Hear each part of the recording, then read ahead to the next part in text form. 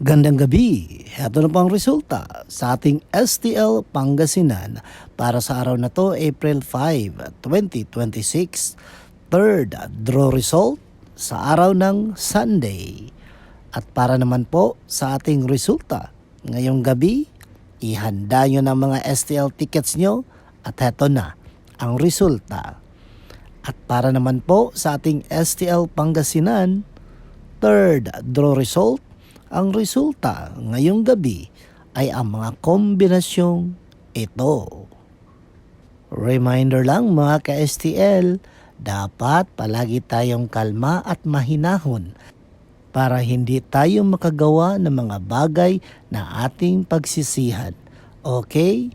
Lagi lang tayong kalma mga ka-STL at ingat kayo palagi. Don't forget to subscribe Purple Green TV. Thank you.